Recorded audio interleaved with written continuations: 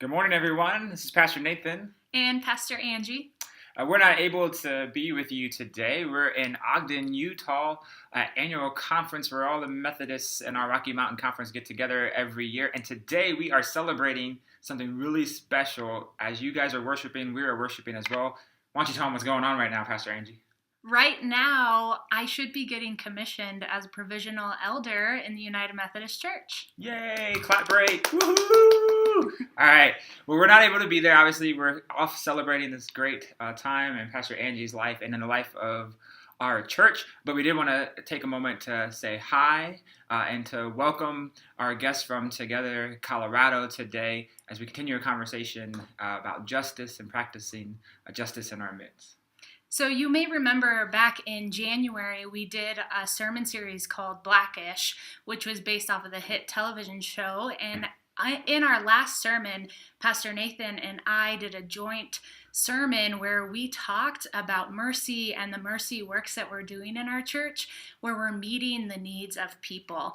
But then in that sermon, Pastor Nathan told us we need to start thinking about justice and the root causes of why people have these needs. So we're going to continue doing that great work of Mercy Ministries, but we also are wanting to move into justice work. Specifically, Pastor Nathan talked about 3 areas of justice work that make sense to our church. That'd be justice work related to race relations, Reconciling Ministries Network, and our sanctuary supporting Araceli and immigration reform. So we're excited to have Together Colorado here with us today to start our justice work. So we want to welcome and thank Mike and Sharon for being here to present on what Together Colorado does. Absolutely. And just like in January, we were talking about justice and practicing justice.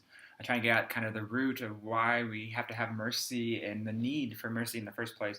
If you were here last week, we talked, as we finished that sermon series, we talked about connectionalism and being connected to one another. And not surprisingly, justice and being connected actually go together. They're connected, one might say. We see that in our text today from the book of Leviticus, chapter 19. This is in the NRSV. It's subtitled as the moral law. Essentially, what's happening is God is giving to Moses so that he can give to the rest of the Israelites a set of laws and rules and practices for how to order their life and how to be community with one another.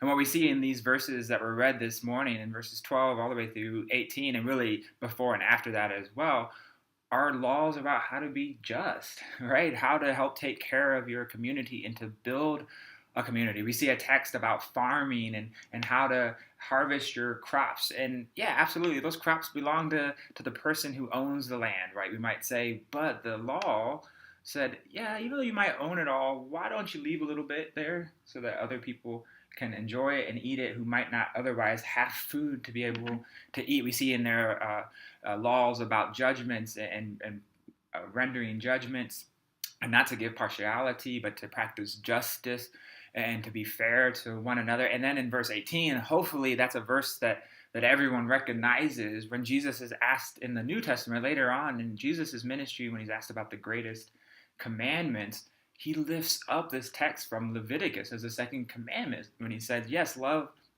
the Lord your God with all of your heart and your soul and your mind and your being. And the second is like it, he says, love your neighbor as yourself, right? And so when we talk about building a community and a healthier community, and when we talk about being connected like we did last week and being stronger together, it boils down to what we oftentimes find ourselves saying, go practice justice. And the way to practice justice is to love your neighbor as yourself. Mm-hmm.